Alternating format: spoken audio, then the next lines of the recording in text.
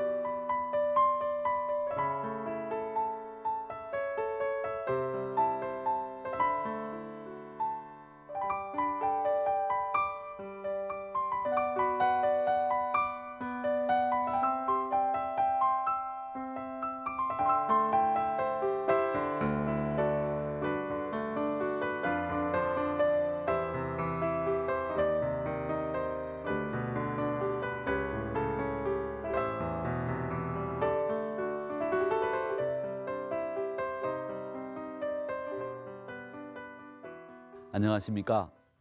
기도로 여는 하루, 하늘교회 윤창용 목사입니다.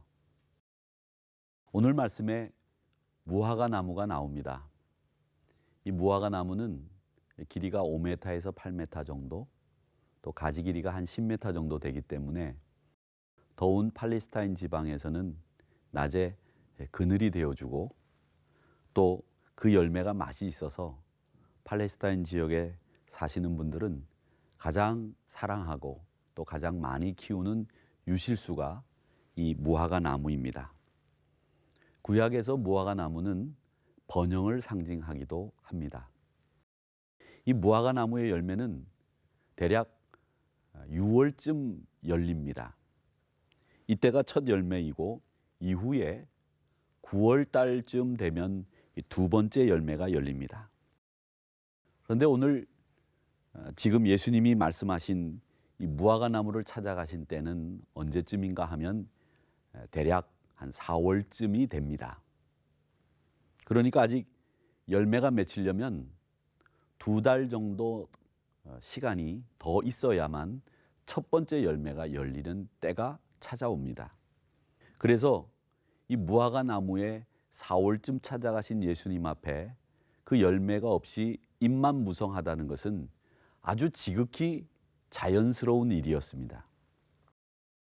그리고 예수님은 그 땅에서 태어나셔서 자라셨기 때문에 이 무화과 열매가 언제 열리고 언제 떨어지는지, 잎이 언제 무성한지 그 시기를 정확하게 알고 계셨습니다.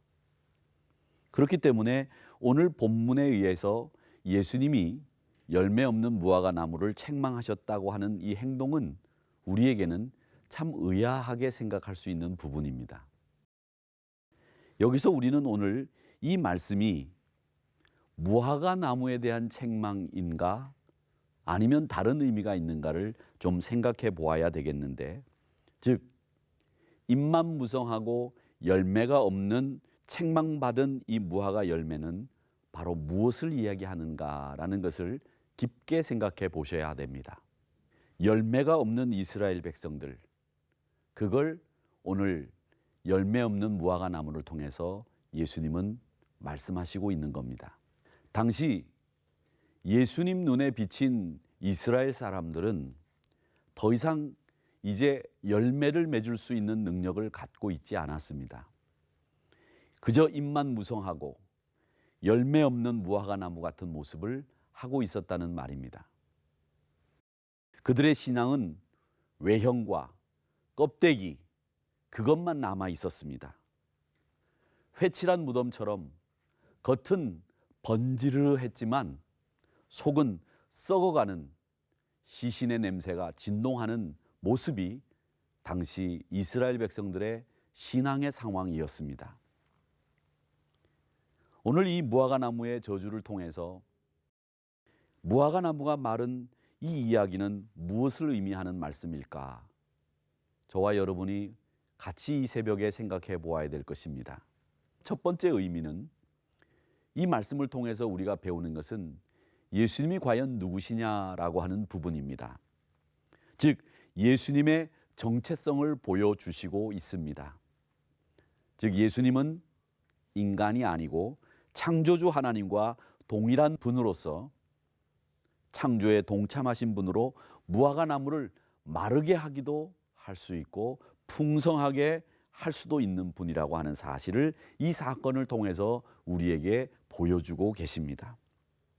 이분의 말씀 한마디면 모든 생물이 복종하시는 분, 창조주 하나님과 똑같은 권능을 가지신 분이라는 것을 오늘 이 말씀을 통해서 예수님은 우리에게 보여주고 계십니다. 창조와 섭리라고 하는 이 두 가지를 주장하시는 분이 바로 그리스도이신 주님의 모습이라고 하는 것을 우리에게 보여주고 있습니다. 두 번째, 열매 맺는 삶을 살라고 하는 주님의 강력한 메시지가 이 본문 속에 담겨져 있습니다. 무화과 나무는, 즉 유실수는 열매를 맺기 위해서 존재합니다. 마찬가지로 우리의 존재 이유는 바로 열매입니다. 열매를 맺기 위해서 우리 그리스도인들은 존재합니다. 우리 신자들은 화려한 꽃이 되어서 많은 사람들에게 갈채를 받고 또 예쁘다고 칭찬받기 위한 존재가 아닙니다. 우리는 열매를 맺기 위해서 존재합니다. 힘들고 어렵지만 조금은 못났지만 손가락질 받을 수 있지만 초라해서 볼품없어 어디 내놓기도 어렵지만 때가 되면 열매를 맺어서 많은 사람의 기쁨이 되어야 하는 무화과 나무이며 우리 신자의 삶이 되어야 합니다. 이것을 우리 주님은 바라셨고 이것을 가르치시기 위해서 무화과 나무 저주를 우리에게 보여주셨습니다. 여러분, 얼마나 열매를 많이 맺고 계십니까? 어떻게 열매를 맺고 있습니까? 예수 믿는다고 하면서 무기력하게 넘어지고 흔들리고 매일 불평을 입에 달고 살고 왜 그렇게 미워하는 사람은 많은지, 섭섭한 사람은 많은지, 왜 매일 걱정은 이렇게 차곡차곡 쌓여만 가는지, 마음은 시간이 지날수록 시무룩해지는 까닭이 무엇일까요? 하나님을 신뢰하지 못하기 때문입니다. 내가 정말 하나님을 사랑하지 못하기 때문입니다. 그러므로 우리가 그리스도인이라면 먼저 지금 믿음의 열매를 맺어야 됩니다. 믿음의 열매를 맺으면 열정을 회복할 수 있습니다. 믿음이 생기면 다시 뛸 수 있습니다. 인생의 법칙 가운데 가장 소중한 법칙은 쓸모없는 것은 항상 도태된다는 겁니다. 그것은 인간이든지 물건이든지 처음 그 물건이 만들어진 그때의 목적을 잃어버리게 되면 다 없어지는 것이 법칙입니다. 이스라엘 민족이 존재해야 됐던 이유는 메시아가 그 민족을 통해서 태어나는 것이었습니다. 그런데 대망의 메시아가 태어났을 때 그들은 도리어 그를 십자가에 매달고 말았습니다. 그를 환영하고 그 뜻을 만방에 전해야 하는데 그들은 열매 맺어야 되는 이스라엘의 뜻을 저버리고 외면하고 죽이고 말았습니다. 그러기에 이제 믿음의 열매를 맺기 위해서 우리는 회개하고 또 철저히 하나님께 돌아와야 합니다. 또한 기도의 열매를 맺어야 하겠습니다. 우리가 효력 있는, 능력 있는 기도를 드리기 위해서 필요한 것이 무엇인 줄 아십니까? 바로 사랑입니다. 사랑이 담긴 기도를 드려야 그 기도가 능력 있는 기도가 됩니다. 사랑이 없는 외형적이고 위선적인 기도는 능력 있는 기도가 되지 못합니다. 그래서 형제와 이웃을 사랑하는 마음을 담고 기도해야 합니다. 그 기도가 통하는 기도가 되고 그 기도가 세상을 변화시킵니다.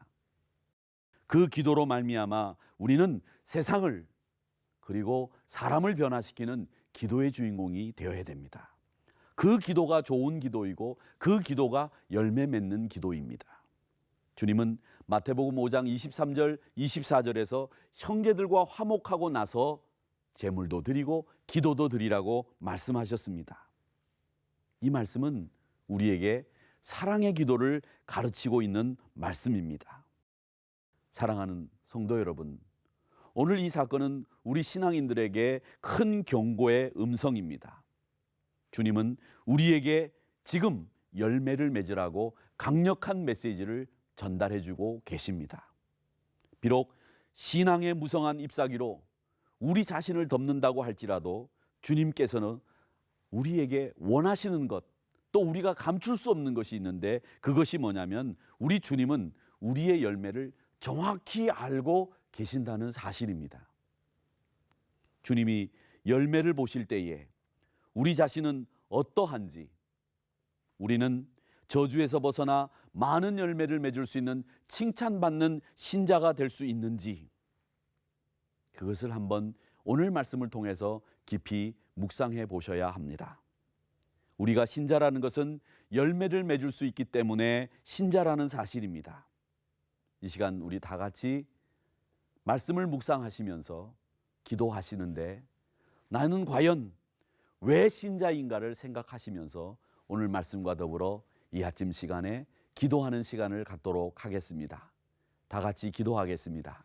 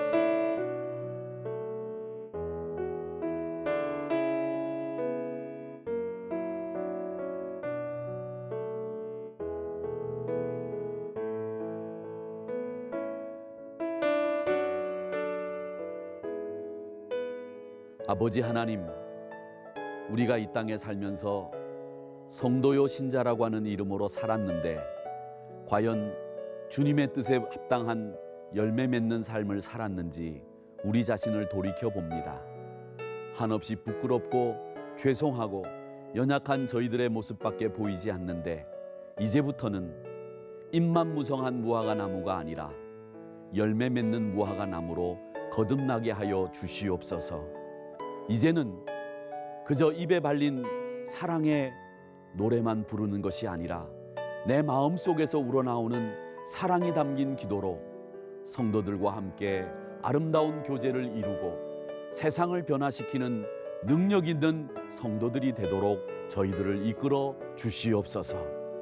아버지 하나님, 주님이 우리에게 원하시는 바가 무엇인지를 깨닫는 이 아침 시간이 되기를 원하며 예수님의 이름으로 기도하옵나이다. 아멘.